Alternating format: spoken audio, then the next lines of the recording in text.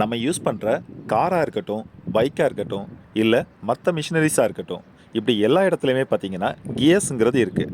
இந்த கியர்ஸ் எப்படி ஒர்க் ஆகுது, அது எப்படி பவரை டிரான்ஸ்மிட் பண்ணுது அப்படிங்கிறத இந்த வீடியோவில் ரொம்ப சிம்பிளாக பார்க்கலாம். இந்த கியர்ஸுங்கிறது என்னன்னு பார்த்தீங்கன்னா, டீத்ஸ் கொண்ட ஒரு வீலுக்கு பேர் தான் கியர். தமிழில் சொல்லணும்னா பற்கள் கொண்ட ஒரு சக்கரம், இதுதான் கியர். இந்த கியருங்கிறது ஒரு மெக்கானிக்கல் காம்போனன்ட். இது மெக்கானிக்கல் பவர் மற்றும் மெக்கானிக்கல் மோஷன்ஸை ட்ரான்ஸ்ஃபர் செய்ய பயன்படுத்துகிற ஒரு பொருள். இந்த கியர்ஸில் பார்த்தீங்கன்னா ஒரு கியரை ரொட்டேட் பண்ணுறப்ப அதனோட இணைஞ்சிருக்கிற இன்னொரு கியர் பார்த்தீங்கன்னா ஆப்போசிட் டைரக்ஷனில் ரொட்டேட் ஆகும். இந்த கியர் மூலமாக பார்த்தீங்கன்னா ஸ்பீடை சேஞ்ச் பண்ண முடியும். இதில் பார்த்தீங்கன்னா ஒரு டிரைவ் கியர், ஒரு ட்ரிவன் கியர், அப்படி 2 டைப் கியர்ஸ் இருக்குது. இந்த ஒவ்வொரு கியரும் பார்த்தீங்கன்னா ஒன்னோடு ஒன்று என்கேஜ் ஆகி ரொட்டேட் ஆகும். ஒரு கியர் கிளாக்வைஸ் டைரக்ஷனில் ரொட்டேட் ஆச்சுதுன்னா அதோட டீத் பார்த்தீங்கன்னா அதோட கான்டாக்ட் ஆகிருக்கிற அடுத்த கியரோட டீத்தை புஷ் பண்ணி தள்ளும். இதனால தான் அதோட இணைஞ்சிருக்கிற அடுத்த கியர் ஆன்டி கிளாக்வைஸ் டைரக்ஷனில் ரொட்டேட் ஆகுது. இப்போ ஒரு டிரைவ் கியர் கிளாக்வைஸ் டைரக்ஷனில் ரொட்டேட் ஆச்சுதுன்னா இந்த டிரைவ் கியரோட டீத் பார்த்தீங்கன்னா ட்ரிவன் கியரோட டீத்தை புஷ் பண்ணி தள்ளும். இதனால தான் டிரைவ் கியரோட இணைஞ்சிருக்கிற ரெண்டாவது கியர் ஆன்டி கிளாக்வைஸ் டைரக்ஷனில் ரொட்டேட் ஆகும். இப்படி 2 கியர்ஸ் இருந்தால் மட்டும்தான் இந்த கியர் ஆப்போசிட் டைரக்ஷனில் ரொட்டேட் ஆகும். கியர்ஸ் மூலமாக ஸ்பீடை சேஞ்ச் பண்ண முடியும். இதைத்தான் கியர் ரேஷியோன்னு சொல்கிறாங்க. இதில் டிரைவ் கியரோட டீத் பார்த்திங்கன்னா அதிகமாக இருந்து ட்ரிவன் கியரோட டீத் குறைவாக இருந்ததுன்னா ஸ்பீடு இன்க்ரீஸ் ஆகும். இது டிரைவ் கியரோட டீத் கம்மியாக இருந்து ட்ரிவன் கியரோட டீத் அதிகமாக இருந்ததுன்னா ஸ்பீட் கம்மியாகும். ஆனால் நமக்கு கிடைக்கிற பவர் பார்த்திங்கன்னா, அதாவது டார்க் ரொம்ப அதிகமாக இருக்கும்.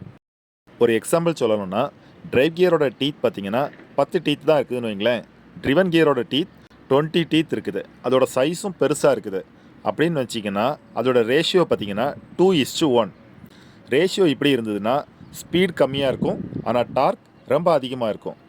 இது ரேஷியோ 1:2, அதாவது டிரைவ் கியரோட டீத் 20 இருக்குது, ட்ரிவன் கியரோட டீத் 10 தான் இருக்குது, அதோட சைஸும் சின்னதாக இருக்குது அப்படின்னு வச்சிங்கன்னா அதோட ரேஷியோ 1:2.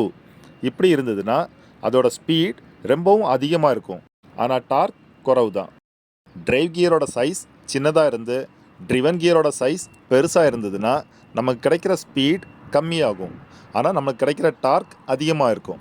இது டிரைவ் கியரோட சைஸ் பெருசாக இருந்து ட்ரிவன் கியரோட சைஸ் சின்னதாக இருந்ததுன்னு வைங்களேன், நமக்கு கிடைக்கிற ஸ்பீட் ரொம்பவும் அதிகமாக இருக்கும்.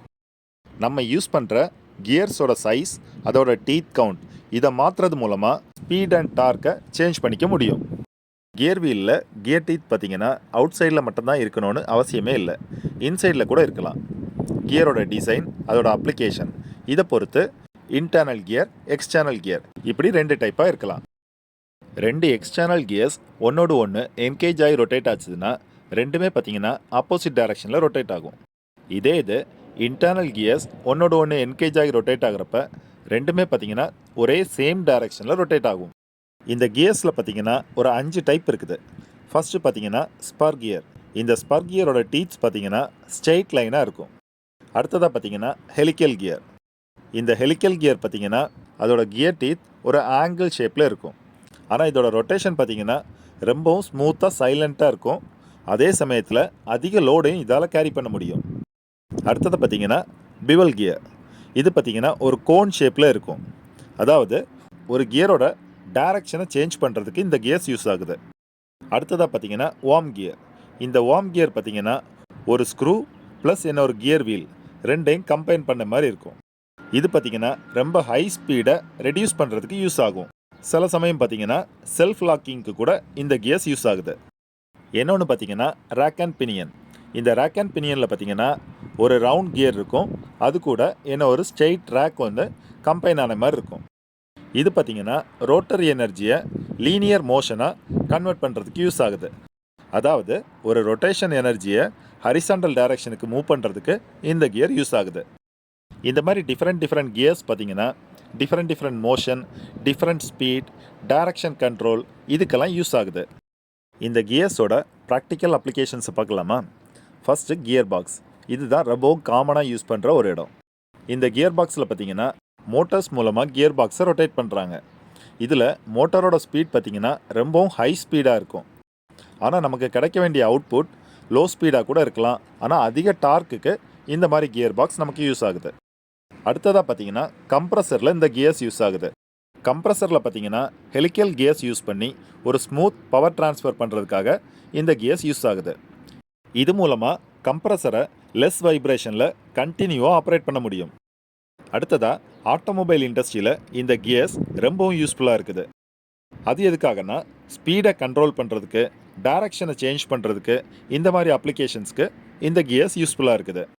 அடுத்த அப்ளிகேஷன் பார்த்தீங்கன்னா கிரெயின்ஸ், அதோட ஹாய்ஸ்டில் இந்த கியர்ஸ் யூஸ் ஆகுது. இந்த மாதிரி கிரெயின்ஸில் பார்த்தீங்கன்னா வார்ம் கியர்ஸ் யூஸ் பண்ணுறாங்க. இது எதுக்காகனா ரொம்ப ஹெவி லோடை லிஃப்ட் பண்ணுறதுக்கு, அது மட்டும் இல்லாமல் செல்ஃப் லாக்கிங்க்கு கூட இந்த வார்ம் கியர் யூஸ் ஆகுது.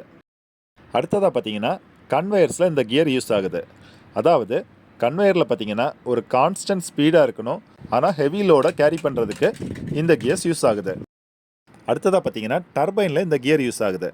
டர்பைன் நமக்கு எல்லாருக்குமே தெரியும், ரொம்பவும் ஹை ஸ்பீடில் ரொட்டேட் ஆகிற ஒரு எக்யூப்மெண்ட். ஆனால் ஜென்ரேட்டரால் அதே ஸ்பீடில் வேலை செய்ய முடியாது. இதனால தான் இந்த டர்பைன், ஜென்ரேட்டர் ரெண்டுக்கும் இடையில் ஒரு கியர் பாக்ஸ் யூஸ் பண்ணுறாங்க. இந்த கியர் பாக்ஸ் யூஸ் பண்ணுறதுனால ஸ்பீடை நம்மளால் கண்ட்ரோல் பண்ணி யூஸ் பண்ண முடியும். இதனால் ஒரு ஸ்மூத் அண்ட் கண்ட்ரோல்டு அவுட்புட் நமக்கு கிடைக்கிது.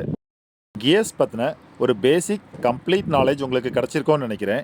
இதே போல் ரியல் பிளான்ட்டில் கியர்ஸ் எப்படியெல்லாம் டேமேஜ் ஆகுது அப்படிங்கிறத நெக்ஸ்ட் வீடியோவில் நம்ம பார்க்கலாம். இந்த வீடியோ உங்களுக்கு பிடிச்சிருக்கோன்னு நினைக்கிறேன். இந்த மாதிரி டெக்னிக்கல் வீடியோஸை பார்க்குறதுக்காக நம்ம சேனலை சப்ஸ்கிரைப் பண்ணிக்கிங்க.